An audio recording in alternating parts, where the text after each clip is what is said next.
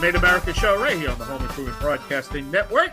Don't forget, we are streaming live on the World Wide Web at HometalkUSA.com. Check out our website, guest topics, each week, every week. Any information you want to know about all of our shows, that's HometalkUSA.com. Now I'd like to welcome the co-host of the Made America show, my other sidekick, Mr. Greg Owens, the Made in America guy. Hey, Greg, this is the first time I had a chance to talk with you since the election, man. You got to be like Dorothy and the Wizard of Oz, clapping them heels, baby.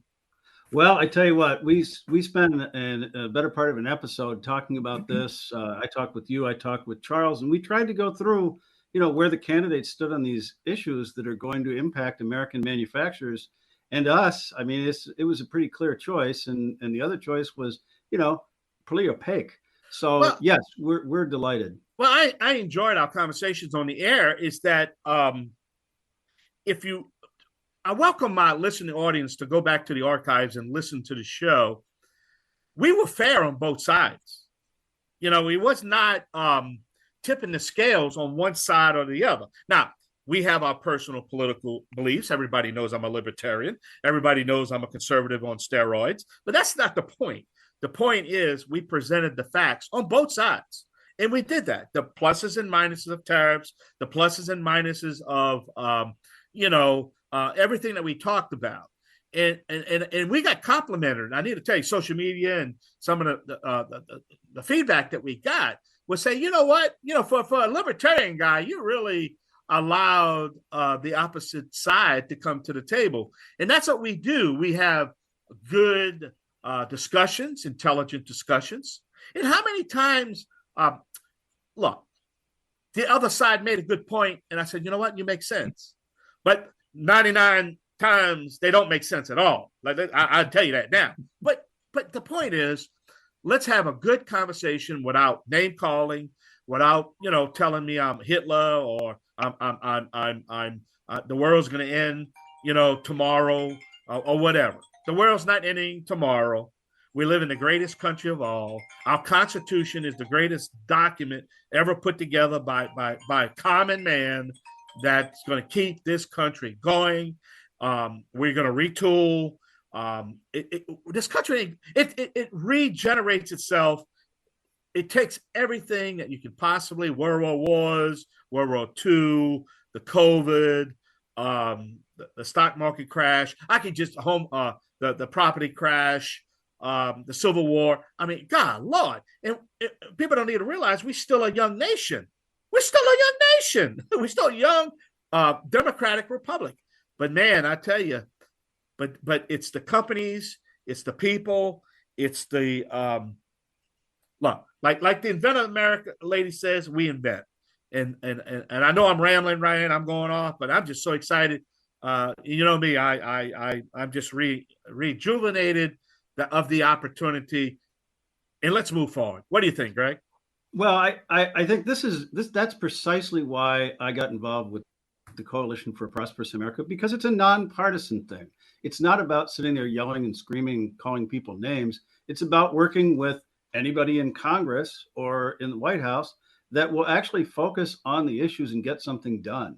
And, in all fairness to what's real, we lost a good Democrat. Sherrod Brown was right up in front on our issues. Hopefully the new guy, I can't remember what his name is going to be just as good or better. But it's not about being partisan. It's about the facts. And that's really what we try to get out there are the facts and the history of what people are actually going to do, as opposed to the political rhetoric that I don't know about you, but I just get tired of it. Yeah, it's over with. And we got 4 years, and I'm so happy now that now I'm going to put my political hat on, but I am personally happy that we are three congressional races away from taking control of the House. And now we can get an agenda done, wrong or right. Elections has consequences. But don't you think that the person that gets elected, either Democrat or Republican, should have a mandate and let them govern for 4 years and not put all these obstacles in their way, no matter which side you're on, and then let the American public judge on whether or not these policies work? Because at the end of the day, I don't care if you're red, I don't care if you're blue. There's only one thing I care about: green, because green keeps companies, it keeps local communities, it keeps the infrastructure going. It's not red, it's not blue. I'm sorry, let's say it the way it is. It's green. You pump in the money, good things happen, wise decisions, good education, good infrastructure, and most importantly, I've did many shows on this: good American jobs in good American communities, and what American manufacturing does to local communities. It's unwavering, the what happens in local communities, and you're experiencing yourself because you are an American manufacturer yourself. Liberty Tabletop, Shell Manufacturing. That's you. Oh yeah, and we're one of the we are the only company in our industry that has survived. Everything else has gone to China, and we are really looking forward to substantive changes being made down in DC that will allow us to grow and prosper. That's what it's all about. And we heard a lot of rhetoric during the campaign about how tariffs might or might not be inflationary. Well, this was a campaign. This was an election about the green, about your wallet, right? And totally. Is a big part of that. So we'll find out if tariffs are or are not inflationary. I happen to believe that they are not. I think what's going to happen is it's going to put a lot of money in a lot of people's pockets, particularly those working in manufacturing. And as we get these jobs back and American manufacturers expand, I'm going to have Harry Moser on for the balance of the program. We're going to talk about what that can do to drive costs down and drive the price that you pay at the store online down with. Everything's about the green. And I'm going to make another statement. Everybody says, well, what does border security have to do with about the green?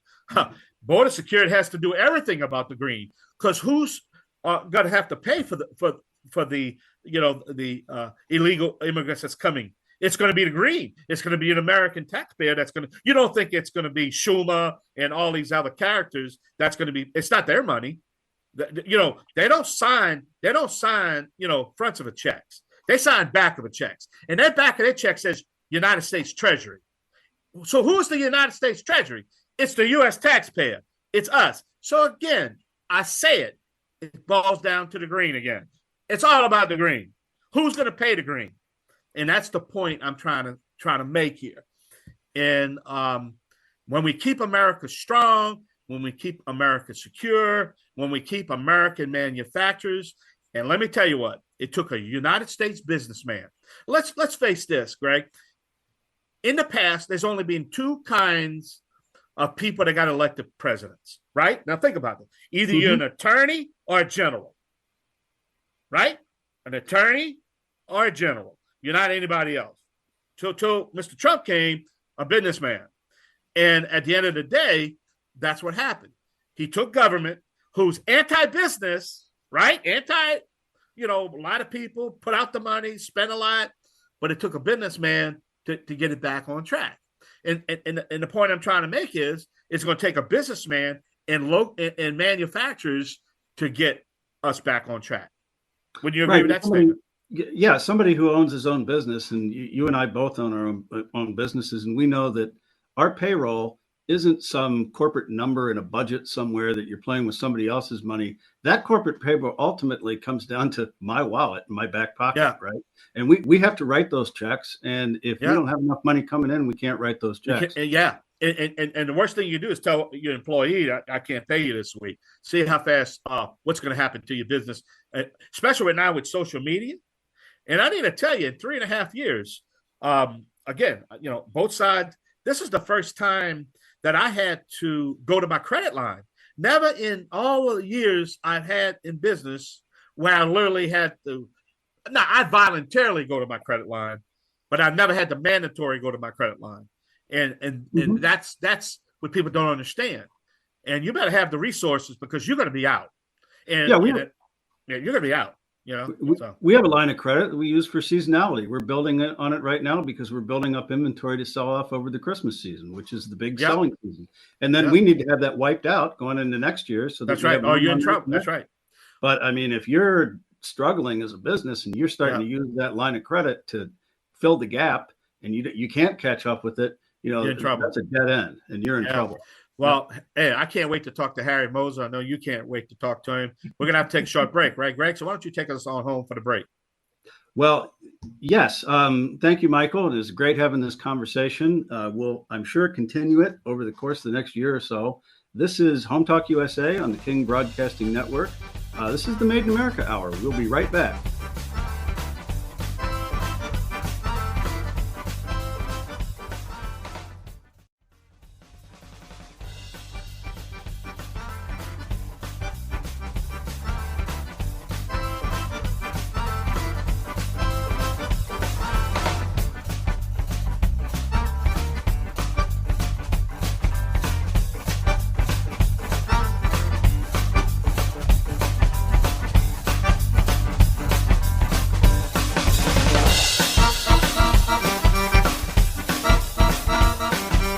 Welcome back, everybody, to Home Talk USA on the King Broadcasting Network. I'm Greg Owens, and this is the Made in America Hour.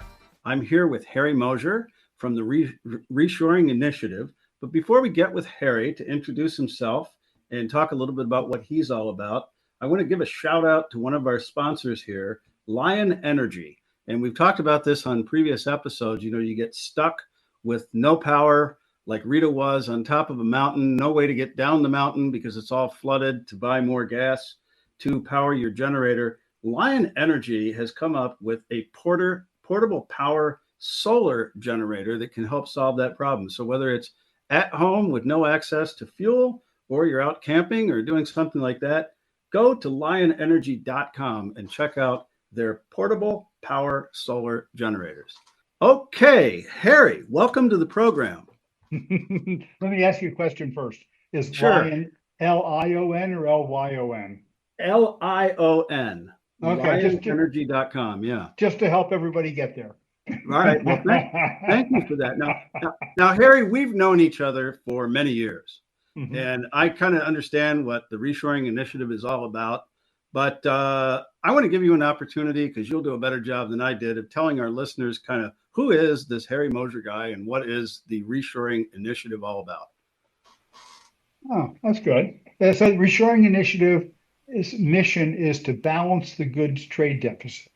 So last year, for example, we had a 1.1 trillion, that's with a T, $1 trillion trade deficit, which means the US is missing 5 or 6 million manufacturing jobs that would be here if we did not have a deficit, if our imports equaled our exports. And so our objective is to overcome that trade gap, bring back those 5 or 6 million manufacturing jobs. Huge amount, 40% increase at a time when we already do not have enough manufacturing workers, especially skilled workers. So it's a major challenge. So it's not going to happen this week, or this month. Right. And Michael and I were just on for the first segment, and we talked a little bit about what we saw happen in the recent election, and wanted to sort of get your take on that. I mean, what was the difference between the two candidates? Obviously, Trump won. Where do we go from here? Well, from a reshoring perspective, for what the impact will be on manufacturing and specifically on reshoring, they both had something to offer. Under Trump, there's no question that the rate of reshoring, the number of manufacturing jobs reshored per year, surged under Trump. When he came out with the 2017 tax cuts and regulatory cuts, the rate of jobs coming back went up by 50%. It was fantastic. It was wonderful. But then as the trade war got hotter, it started to fall off because companies didn't know what the outcome was going to be.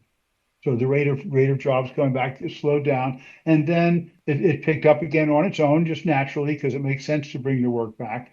And then under Biden, with the Bidenomics, with the IRA and the CHIPS Act, throwing hundreds of billions of dollars after the industries, after the chips industry and after the EV battery industry, companies responded. They said, "You're going to give us that kind of money, we'll build factories." And they announced, and they are building factories that will hire hundreds of thousands of people. So over the last year and a half, about 40% of the reshoring and FDI, foreign direct investment jobs that have come back, have been have been in the chip area or the EV battery area, which wouldn't have happened if you hadn't had the money that Biden was spending. Now, then the question is the money being spent wisely? Okay, that's always the question with government. And I'd say that for the EVs, that the incentives were much too high. They put much too much money on the table. It's $7,500 per EV purchased, and then $4,000 when you resell that EV used. So $11,500 per car, which is maybe a third of the manufacturing cost of the car, maybe more than that. Should you have to incentivize that much to get results? No, I don't think so. And so I think they're paying twice as much as they should. The other one that's gotten a lot of money has been the CHIPS Act, and it's too targeted. The US and other countries are all going to dramatically expand their manufacture of chips, and the consumption of chips isn't rising as fast as the manufacture of chips. And specifically, the US itself does not consume many chips because almost all of our electronics are made in Taiwan, China, Korea, India, now other places. So what's going to happen when all the chip factories come on stream, the prices are going to collapse. The US manufacturing cost is going to be 20% higher than most other places. And we're going to have to convince the Chinese to buy our chips to make the electronic devices that they sell back to us at a time when there's a lot of tension between the two countries. So I think what I've recommended to the government is that if you're going to spend all that and expand the chip industry, then you should bring back the production of electronic medical devices and servers and infotainment systems for cars, so that there'll be a market in the US for the chips that we're producing. Right, and having that market is critical. We've talked about this on prior episodes. You have to not only bring back the manufacture of those raw material components, but we need to start making telephones here, boom boxes, and all sorts of other electronics. Otherwise, it's going to fall on deaf ears. And the other point that you touched on at the beginning of this was having the confidence to make the investments, right? It's not just getting the subsidy. I don't care whether you're a small manufacturer like us and you're investing hundreds of thousands or maybe $1 million in technology, or you're one of these large groups investing millions or billions. You need to be confident that at 3 years from now, 4 years from now, 5 years from now, the policy isn't going to shift upside down, and you're going to be left standing there with all of a sudden, oh no, we're back to open borders, and I invested all this money, and where am I going from here? Yeah, you need stability. Businesses say what they want most is predictability, is to be able to know that the rules of the game are not going to change, so that they can work it and make it work out right for them. Now, nobody objects if the rules of the game get more favorable. It's right when they get less favorable that everybody has a problem. Or reverse course. Yeah. Well, yeah, we're coming up on the end of our first episode, and when we come back, we're going to talk a little bit about the specific things that you are doing at the Reshoring Initiative to bring this all home. I'm Greg Owens. This is Home Talk USA on the King Broadcasting Network. We'll be right back with more of the Made in America Hour.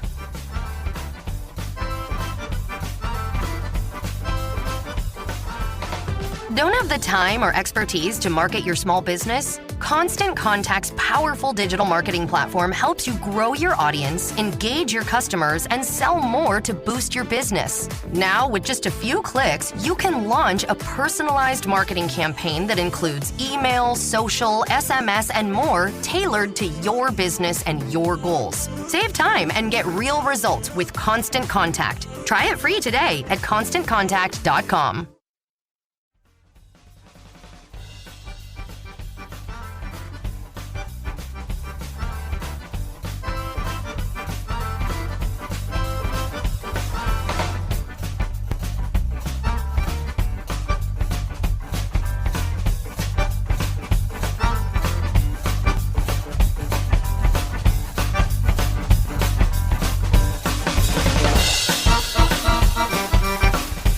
Welcome back, everybody. This is Greg Owens, on the Home Talk USA on the King Broadcasting Network. This is the Made in America Hour. I'm here with Harry Moser from the Reshoring Initiative. Before we get back to our talk, I'd like to give a shout out to Aztec Washer. I've talked about them in previous episodes. Great products for sealing your roof. The last thing you ever want is a roof leak for many, many different reasons, whether you're a homeowner, a builder, or just somebody who owns a business and doesn't want the water all over your factory floor like we have from time to time. Go to Aztec Washer, seal it right, seal it tight, aztecwasher.com. Harry, welcome back. And when we left off, we were talking a little bit about the administration and changes in politics, but you very specifically attack these issues, and much like Rita and Michael educate people about the mistakes and the things that you need to take into consideration inventing things, you're educating people on a whole series of issues that they need to take a look at to evaluate whether they're going to offshore, onshore, why do we reshore? So why don't you talk about those specific things that you're doing to help people do the math correctly? Okay. So specifically, we offer online on our website, which is reshorenow.org. We offer the TCO estimator, total cost of ownership estimator. And the total cost of ownership is a quantification of all the costs and risks that are involved, and specifically in comparing a domestic versus an offshore sourcing. So most companies, unfortunately, just look at the price. I can buy it in China for 7, I can buy it here for 10, and therefore I'm going to buy it in China for 7. Yeah. Some people might look at landed costs, which would be that price plus duty and freight, might get you up to 8. But when you look at everything, the carrying cost of inventory, the travel cost to check on the supplier, the intellectual property risk, the benefit of having your U.S. engineering near your manufacturing so they can communicate in English in the same time zone, in the same day, and get and resolve problems and optimize the process, optimize the product. When you include all these things, then that 8 often comes up to 10. Right. And I sort of lived through this when we were at Oneida Limited, and they made it was a big political struggle between those who wanted to save the factory and those who were pointing out how much less it would cost them to make it in China. And I lived through all the mistakes, and it's kind of funny. We actually built a business out of them picking up the pieces after they'd made these mistakes, realizing that they couldn't get it done overseas, and providing them with services so that they could do things. And here's one quick example. They couldn't bring over boxes of flatware already made up because they took up 5 times as much space as they would have had they brought it over in bulk and put it in trays. So they weren't going to go out and buy 4 new warehouses. So they brought it over in bulk and we repackaged it for them. And lead times that they couldn't hit. And all these other intangible items that what you described as an FOB cost, FOB China or Vietnam or wherever it was, and then a landed cost, which just takes into consideration part of it. But it's all these other intangibles that you really try and help people understand, right? Yes, and most recently, we're working on a revised version of this TCO estimator, and it will include 3 extremely important factors. One is the Section 301 tariffs, so the Trump tariffs, which in many cases are 25%. 25% almost surely makes the U.S. the right choice. Second is geopolitical risk. So recent survey by Chief Executive Magazine showed that the number 1 driving force for reshoring is now geopolitical risk. Specifically, companies worried about war over Taiwan, and they're then being cut off for 6 months, for a year, for multiple years from Taiwan and China in terms of supply. And so we tell companies to think about that as think about reshoring as a form of insurance. Now think about how much margin you're going to lose until you can find a new source for the product you're no longer able to get from China. Think about how much margin you'll lose, expected value of that, and then how much more you should be willing to pay for a U.S. product so you don't have that risk. And think about some of the supply chain disruptions that we just endured during the pandemic, where from one day to the next, it dried up and we were standing there with our teeth in our mouth. Where are we going to get this from?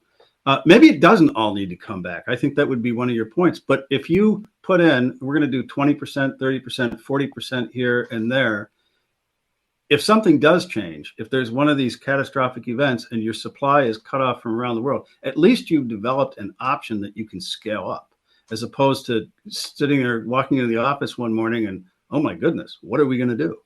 Yeah, when I talk to companies about it, they'll say, well, I'll call Bill, the guy that's been trying to make those parts for me, wanted to make those parts for me for the last 5 years, and I've told him his price was too high. I'll tell Bill, now's your chance.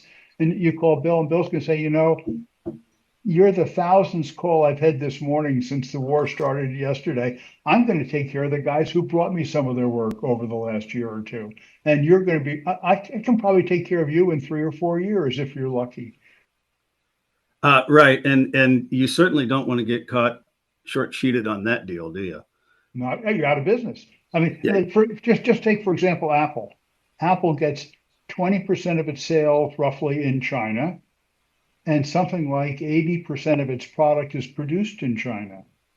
If something happened and they were cut off from 20% of their sales and 80% of the product that they sell outside of China, it's not going to be pretty.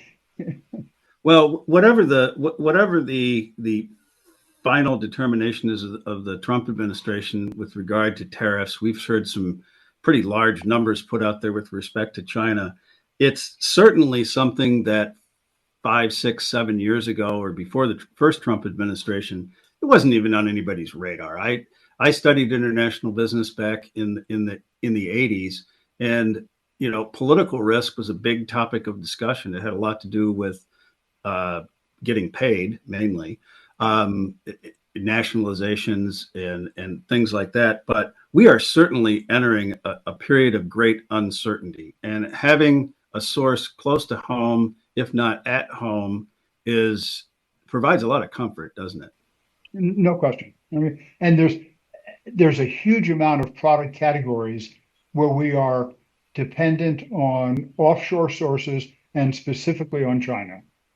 Right. Rare earth minerals, PPE, pharmaceuticals, all kinds of electronics. It goes on and on and on. And if we were cut off completely from them, it would be devastating for our economy. It'd be horrible for them too, because they wouldn't be making the stuff and shipping it. But I don't care what happens to them. I care what happens to us. And, right. And it would be devastating for us. And therefore, it makes sense to bring enough back so that if you got cut off, if you had a war and you were cut off from your major suppliers, you could survive. Right. It might not be pretty. You might have shortages, but you could at least keep making the munitions. You could at least keep feeding the people and making the medicines and so on.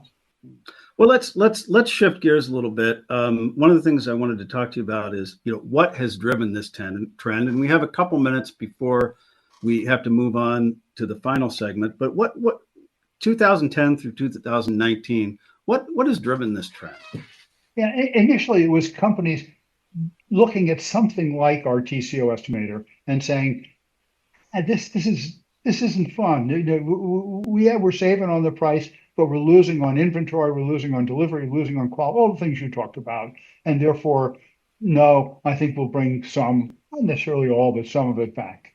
And then we had COVID, and we had there were the Thai floods, we had COVID, we had the Suez Canal blockage, we eventually had the Ukraine war, Israel, and companies look at this and say, darn, disruptions are getting more frequent, they're getting bigger, and I'm really concerned about disruption. Therefore, we need a more stable, more reliable source, which is most likely the U.S. So that's been the trend. Now, to put that all in perspective, in 2010, we identified 11,000 jobs coming back in the year.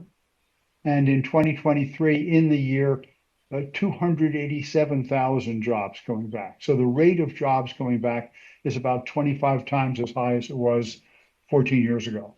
So it's been very satisfying. Well, that's very encouraging. We're going to have to take a quick break here. And when we come back, we'll pick back up on that subject and round it out with the fourth segment of the Made in America Hour. This is Home Talk USA on the King Broadcasting Network. We'll be right back.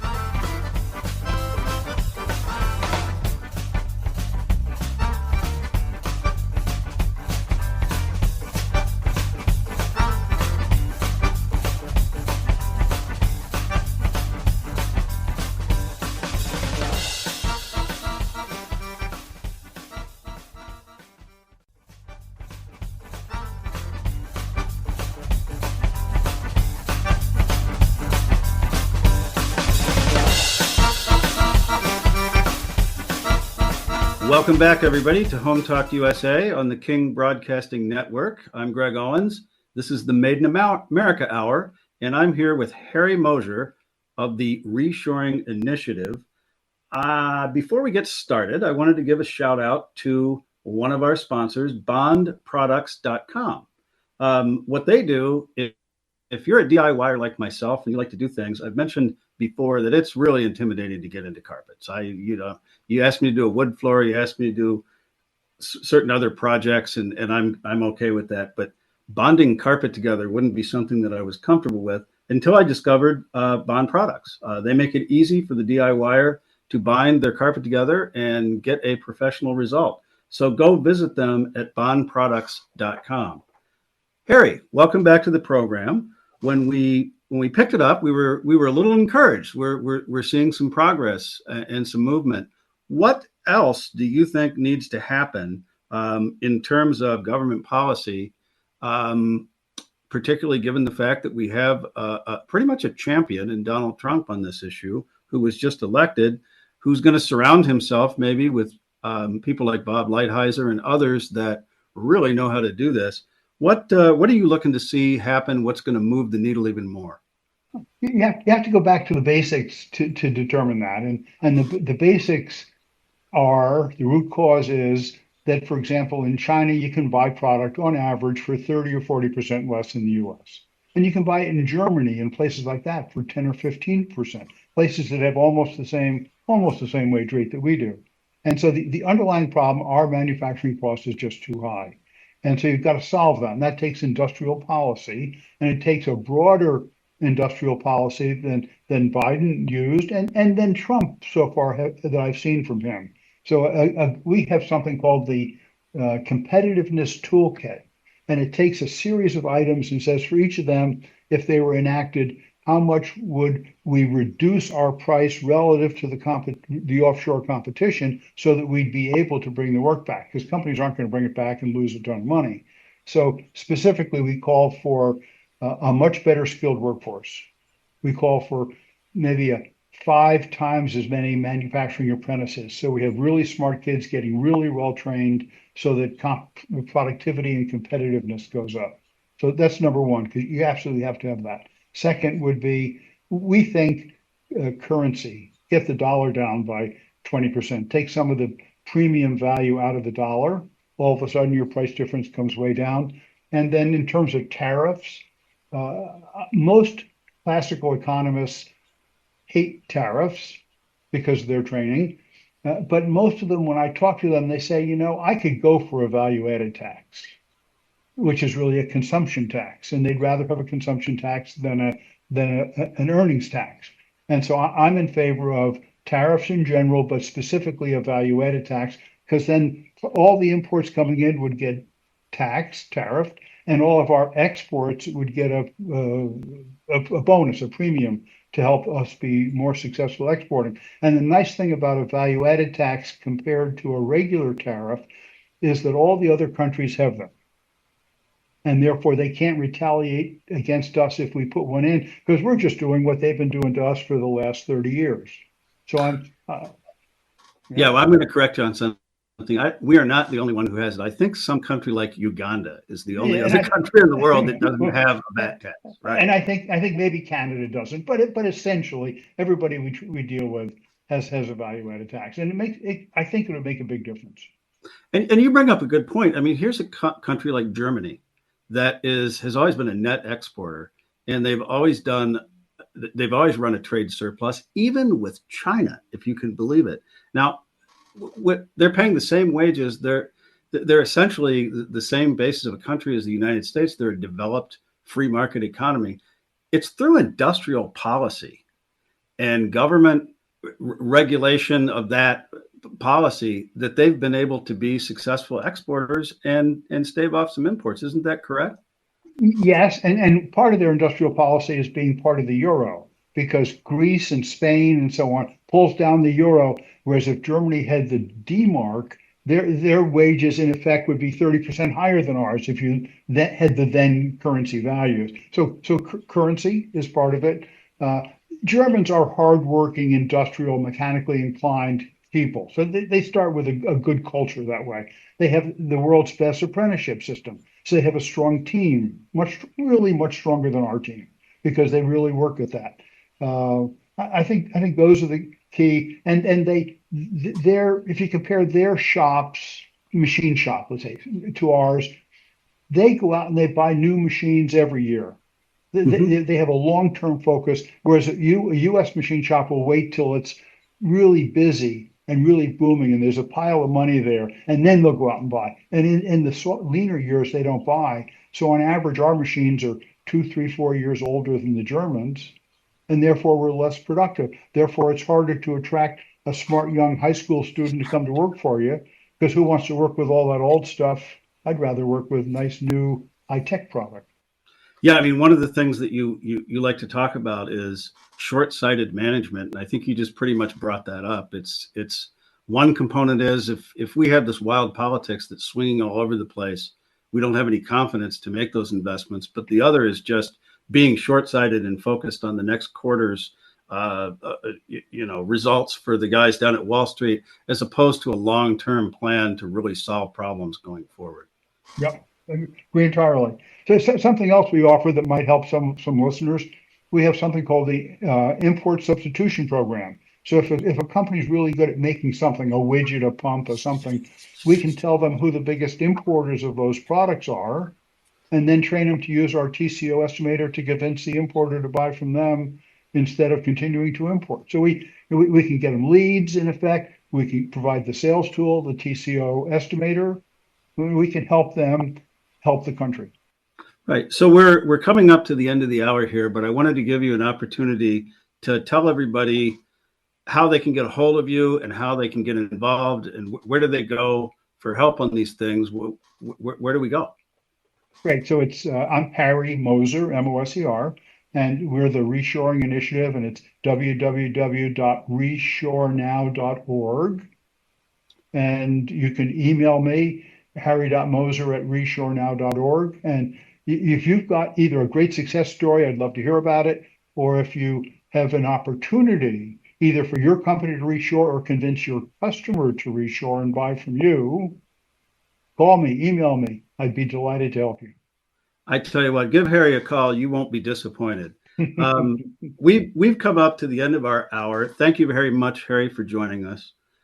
I am Greg Owens. This has been Home Talk USA, the Made in America Hour on the King Broadcasting Network. Have a wonderful weekend, and we'll see you again or talk to you again next week. Take care, everybody.